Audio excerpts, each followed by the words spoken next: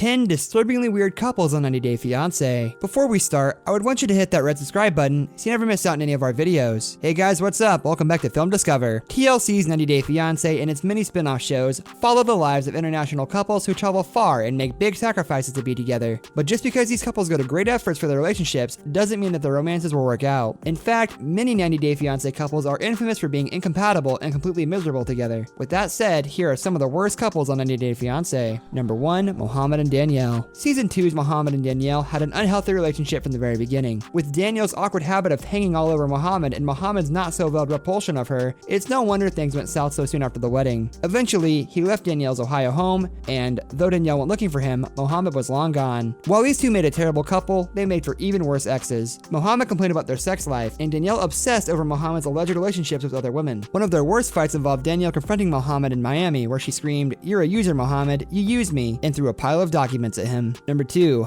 Darcy and Jesse's. Darcy and her Dutch boyfriend Jesse first appeared on season 1 of 90 Day Fiance before the 90 days, and it didn't take long for them to get a reputation for being one of the most explosive couples in the show's history. Darcy was sweet but overly sensitive, and Jesse was immature and erratic. The almost 20-year age difference didn't help, no doubt. Every episode seemed to have a blow-up or a meltdown from either Darcy or Jesse, and the two appeared to constantly fight. Number 3, Molly and Luis. Love struck fast and hot for Molly and Luis when they first met in the Dominican Republic while Molly was on vacation.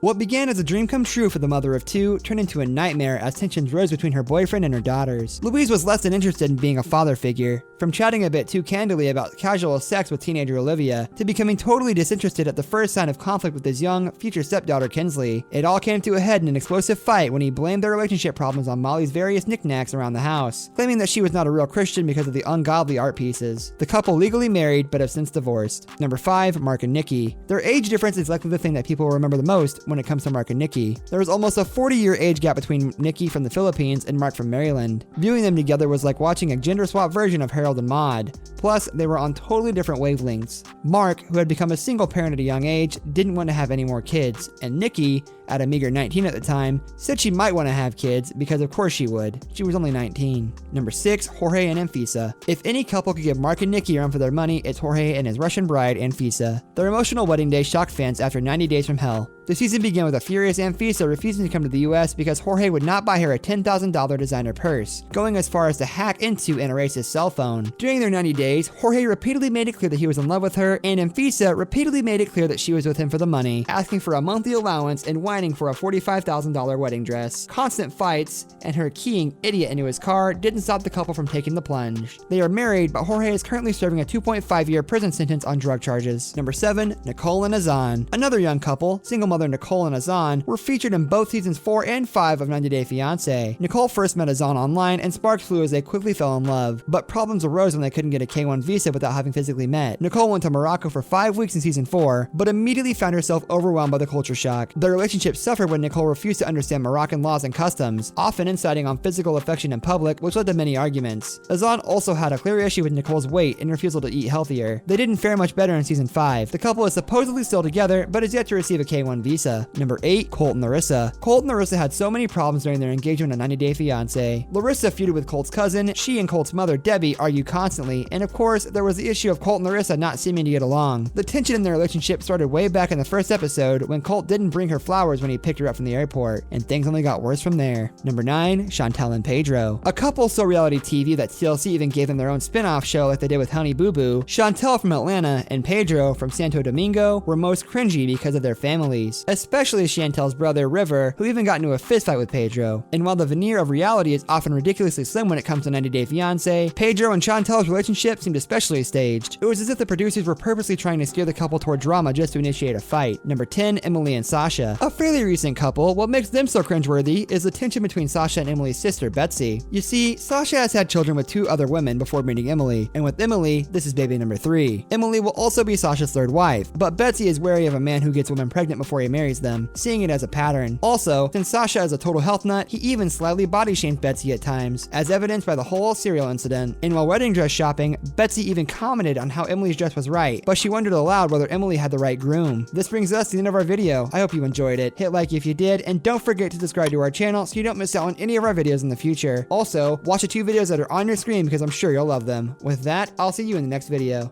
I'll see you in the next video. I'll see you in the next video. I'll see you in the next video. I'll see you in the next video.